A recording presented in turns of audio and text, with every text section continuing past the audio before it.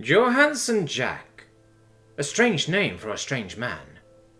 Still, even as the mortal celebrated raucously in the village inn, Gawain held her peace. She'd been offered a position of honour at the head of the main table, just to the right of the mysterious hidden master himself. And that was what he was, a hidden master. His queer armour held no markings reminiscent of any Sect she knew. Likewise, the power required to defeat the wolf in single combat, well, she knew a number of elders back home that would have struggled to replicate the feat. Defeat the wolf? Easily, in a single blow? Less so. And the less said about the ensuing light show, the better. With a single wave of his hand, sliding her left from his fingers, and all of the attacking beasts had simply dropped dead. All while leaving the villagers untouched. She could scarcely even begin to fathom the monstrous control and power required to accomplish such a feat. All while appearing as a mortal to this Gawain's senses, she thought, eyeing the man as discreetly as she could, while he spoke in quiet tones with the village chief. Even placed as close to him as she was, there wasn't even a hint of the power she knew dwelled within. Even as he expressed it in the form of lightning, she couldn't. It boggled the mind.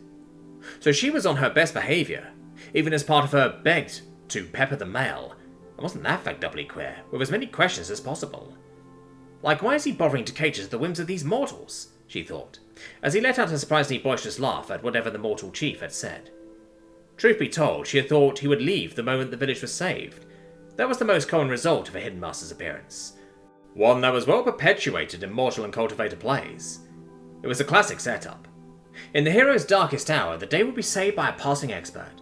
An expert who would leave as quickly and mysteriously as they had arrived. It was a well-worn trope, but one that held a grain of truth. Hidden masters, by their very nature, were often forced from the affairs of the lower world, instead choosing to focus on the art of cultivation to the exclusion of all else. As such, acts of charity or wrath were often born of a whim on their part, and as a result, as fleeting as the impetus that created them. With that in mind, she had hoped to catch him as he left. Only he hadn't left. He had stayed, even going so far as to help in the cleanup, much to the bemusement and concern of the mortals present. Not that he seemed to notice, casually throwing the bodies of the downed animals into a pile, one that now stood in the village centre like some grisly tableau. Even the massive wolf now stood atop it, as callously tossed aside as any of the other lower beasts.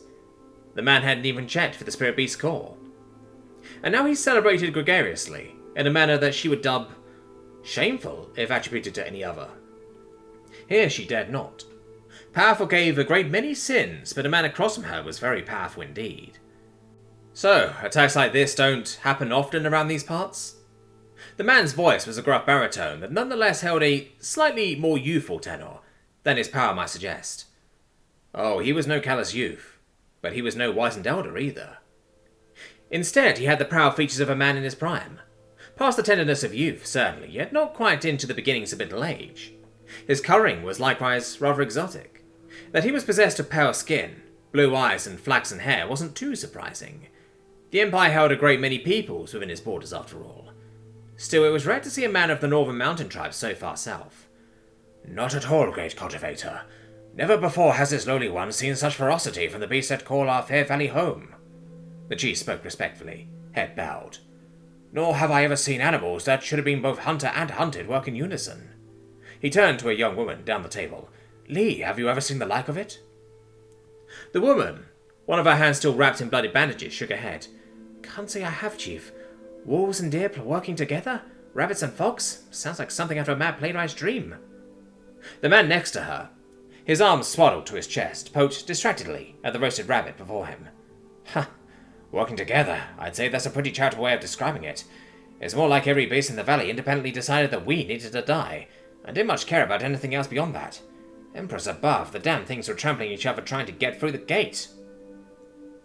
Gawain bristled at the disrespect the man was showing before a hidden master, in both his cadence and his refusal to look up while he spoke. Fortunately for him, the woman next to him was far more aware of the proper way of things, as she elbowed him none too subtly in the side. That seemed to be enough to remind the surly mortal of their situation, as he turned to the master and rapidly plailed, my apologies, my careless words, Master Cultivator. Please forgive this lowly one's lack of, courtly manners. His head was near touching the table, he bowed so low. Not that the man he was speaking to even seemed to notice. Instead, the blonde-haired man was rubbing at the rough stubble that had begun to form on his chin, as if in consideration. "So, you were just talking about your troubles with the local mine. The flooding." The chief was all too eager to leap onto the distraction. "Yes, a rather unfortunate thing, that. Still, we'll get it sorted soon enough. It's why we founded the town, after all. The veins run deep here and are flush with different metals. We also do a brisk trade of furs and wheat." "Oh? What sort of metals?" the man asked, genuine interest in his tone. Gwaran resisted the urge to sigh as Master Johansson asked yet another question in the long line of questions on some rather mundane topics. The disposition of nearby villages, the situation with the local sects, the goings-on of the Empire as a whole. How long has he been in seclusion that even a lowly village chief is more informed than he? Gwaran couldn't help but wonder. Were that he would only ask this young mistress instead, she would be happy to answer all his questions with far greater clarity than this mortal. Well, so long as those questions were matters of actual import and not, say, the population of a nearby fishing village. Because why would she ever need to know that? Why did it even matter? Mortals were mortals. Alas, he had yet to speak a single word to her. Oh, his eyes had certainly roamed over her once or twice since he had sat down, and had her traitorous body tingled when he did, but he had yet made no attempt to speak to her. "And this young mistress dares not approach first," she thought glumly. Resisting the urge to do something so uncouth as to lay her head on the table, her ears perked up as she realized that while she had been lamenting the heavens' many cruelties, the topic of the nearby conversation had changed once more, to something that should have been of interest to a cultivator. "The Nova Wall has been breached, you say?" Master Johansson said, a single gauntleted hand running through the bristles on his chin. "That sounds bad." "Yes." The very deliberate understatement seemed to give the chief pause. "It is very bad. Because how else might one describe an invasion by millions of unfettered into the very heart of the Celestial Empire, with one of the greatest villains in history at their head? Catastrophic or apocalyptic might have been more apt in Gwaran's opinion, but she was content to keep that thought to herself. "And this is what caused the animals to go berserk," the headmaster continued carelessly. Gwaran stilled. Could the man not sense it himself? The ill stench of instinctual ki in the air? Perhaps not, she thought. Perhaps it's so beneath him that he has failed to notice. The chief coughed awkwardly, eyes darting toward her before back to the veritable monster in front of him. "This lowly one could not say. Matters of ki are beyond his ken." "Fair enough," the man in question shrugged carelessly. Gwaran saw her opportunity, though. Taking a calculated risk, she leaned forward, only for her body to choose that moment to embarrass her in the worst way possible. Such was the noise that her traitorous stomach let out, that it carried clear across the inn. "Oh, Empress above, kill me now," she thought, as the conversation around her dragged to a halt. It wasn't even her fault. Her lower cultivation meant she was required to gorge herself on such lowly sundries. Already a stack of plates stood before her, and she knew that, before the night was through, there would be many more. Yet her body still clamoured for more to refuel the energies she had expended over the last week of constant battle. Were it not for the fact that the mortals should have been honoured to serve her, she might have felt some shame in putting a no doubt sizable dent in their supplies.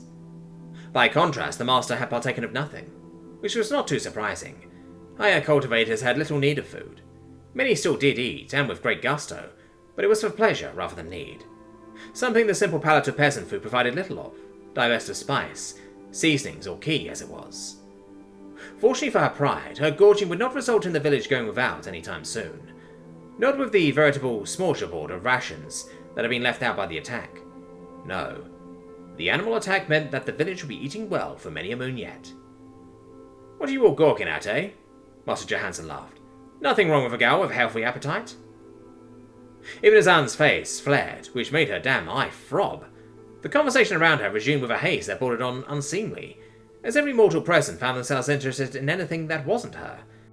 "Eat up, girlie," the hidden master enthused. "I saw you busting your ass out there. Taking an opportunity to eat your fill as a reward for your efforts is the least you deserve." She nodded, meekly, ignoring the mingling sensation of relief and mortification that filled her at his straightforward words. Her appetite, beyond that of even her fellow initiates, had ever been a topic of ridicule amongst her fellow cultivators. Many saw it as a result of lacking foundation in her Tao, despite there being zero evidence towards that being the case. If anything, her appetite was a result of her extra efforts. So she was pleased that the man across from her could see that. And with those words, Her plans to head north had been scrapped. How could she continue as she had been, knowing that a powerful cultivator was here alone in this backwater? He had no students with him, that she could see. And if that truly was the case, perhaps she might be able to convince him to take her on as a disciple. Or even a servant, she reluctantly admitted. After all, when master and student travelled as a pair, the two roles were not so distinct as one might think, much to the lamentations of a great many filial disciples over the years. Admittedly, some part of her rankled to see the freedom that she had fought so hard for given away so freely, but that was squashed by the part of her that saw the opportunity present. To meet a hidden master in a village like this, in her darkest hour, when doom seemed certain, what could one see in that but the subtle machinations of fate? Never mind the fact that said hidden master was a man, for that was a fact her unconscious mind kept tripping over. Sure, she had seen a few male cultivators back home, but only from a distance, and never alone. After all, male cultivators of any worth were a well-kept and guarded resource. To see one unaccompanied? Well, it just wasn't done. As the idiom went, even a garden snake might be tempted by the dragon's horde if left unguarded. Speaking of which, the man turned back to the village chief. While I was glad to see everyone chipping in to defend their home, I couldn't help but notice that only the lovely lady seemed to be, well, equipped for the task. If you'd had a few more guards of her caliber, I doubt you'd have any need of me at all. Once more, I uncursed the fact that she flushed at the headmaster's praise, even as her temper indignantly flared at the notion she was somehow employed by a village as small as this. Fortunately for her, the village chief was quick to correct the headmaster's erroneous conclusion, even if the man seemed positively terrified at the prospect of doing so. As much as this lonely one would hate to contradict the great master, the young mistress is not employed by the village in any long-term capacity per se. Her defense of our fair home was entirely a result of her beneficent nature. Master Johansson paused at that, before slowly raising one eyebrow as he looked over at her once more, and if her eyes didn't deceive her, did so with fresh eyes. Of her own accord, you say? She determinedly didn't flush under the great cultivator's gaze this time, calling upon her experiences within the Cloudy Shore Sect to keep her features as placid as possible, as a young mistress should always strive to do. She was no blushing mortal village girl after all. She was a cultivator initiate of the second realm. A most beneficent soul indeed, the man murmured. Well, perhaps this young mistress can forgive his earlier erroneous assumption, she thought, spooning more rice into her mouth. Still, now that the hidden master had his eyes upon her, she could raise a topic of conversation that was of no small interest to her. My thanks for your praise, Master Johansson, she bowed, though if you would spare this young mistress a single extra moment of your time, she would beg a question of you. The man frowned a little, and for a heart-stopping moment Anne wondered if she might have overstepped. Fortunately, said frown lasted for but a second before the man relaxed. Aye, I should have expected as much, and I reckon you've earned it. My thanks once more, Master Johansson, she bowed low. As to this young mistress's question, she would humbly ask your intent for the down spirit beast. Whatever question the man had been expecting, it clearly wasn't that, given the way his thick eyebrows quirked somewhat comically. That big bastard of a wolf? He asked. Beyond figuring out what it was eating to get that large, I had no plans for it beyond leaving it to rot. Gwaran resisted the small shiver that ran through her at his words. What a monster, she thought. To consider the spirit beast's core not even worth collecting? May I have it? The words had slipped from her mouth before she could stop them. After all, without her set, she needed cultivation tools, and the wolf's core would be a princely one. The man paused, cocking his head. Sure, do whatever you want with it. Gwaran bowed so low her head actually touched the table. This lowly initiative thanks Elder Johansson for his kindness. That's all right, he said slowly. As I said, it was only going to go to waste otherwise. Gwaran cautiously raised her head, ready to thank him again, but the man's gaze had already switched back to the village chief. So you apparently had this girlie here ready to chip in, but no standing guards that I could see, he paused. Seems risky. The chief could only rub his hands nervously, a comical sight in a man so large as the half-ox. We are far from anything, Master Cultivator. The Empire has little interest in our fair Jiangxi, and our small militia was more than up to the task of seeing off any animals or men of ill repute that might trouble us. You've got no oversight from the authorities at all? If Gwaran's ears didn't deceive her, she detected what might have been a hint of wistfulness in the man's tone. That must be rather freeing. For the first time that evening, the village chief forgot his fear, the massive oxman's chest puffing up with pride. We are a self-sufficient folk out here in Jiangxi. Suddenly he looked a little rueful. Well, recent events excluded, Master Cultivators. He regained his confidence, though, as he continued. But you are correct, Master Johansson. We see little of Empire proper out here in our little valley. At least not beyond the tax collectors. Though they are an unfortunate reality for any citizen of the Empire. However, so long as we pay the tithe on time, no one seems to care much what we do. For better or worse, it seems, Master Johansson hummed thoughtfully. The chief shrugged once more, unable, or unwilling, to argue the master's point. Suddenly, the blond man perked up, as if an idea had just come to him. All right, if that's the case, then I've decided something. He stood up, his massive stature towering over the dinner table, causing many of the villagers present to stiffen at the sudden movement from the obscenely powerful cultivator. Not that Master Johansson seemed to notice, even as his eyes roamed over all of them. I decided that I like this town, so I'm going to make it mine. Guoan could only stare, along with every other mortal present, as silence reigned in the inn at the interesting proclamation. Then her stomach grumbled. Loudly.